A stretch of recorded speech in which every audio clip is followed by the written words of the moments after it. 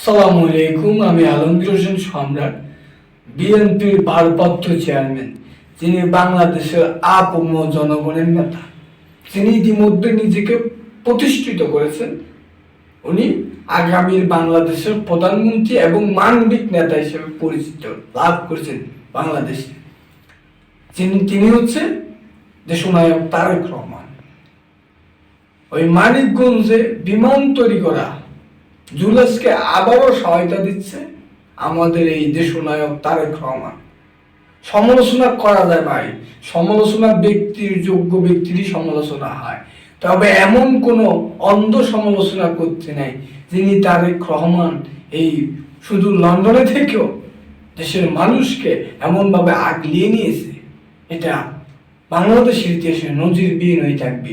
আমার নেতা দেশনায়ক তারেক রহমানের জন্য অনেক অনেক শুভকামনা, অনেক অনেক দোয়া রইল। এই বিমান তৈরিতে জুলাসকে আরো সহযোগিতা করবে এবং ইনশাল্লাহ ভবিষ্যতে আমাদের সহযোগিতা অব্যাহত থাকবে। সকলকে ধন্যবাদ।